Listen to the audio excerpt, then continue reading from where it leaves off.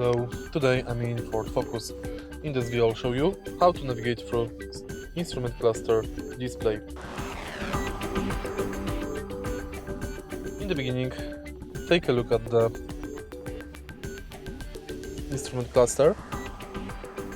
Right here we've got the panel next to which we can navigate through it. Press left or right arrow to change menu on the instrument cluster.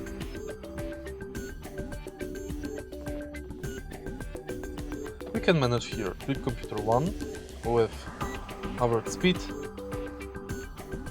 statistics, digital speedometer, trip odometer, average fuel, instantaneous fuel, distance to empty, trip timer, and then we can go to info and settings. In settings, we can manage driver assist, vehicle settings, MyKey and display.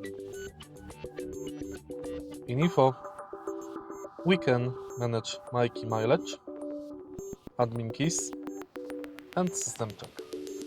If you find this video helpful, please leave like, comment and subscribe.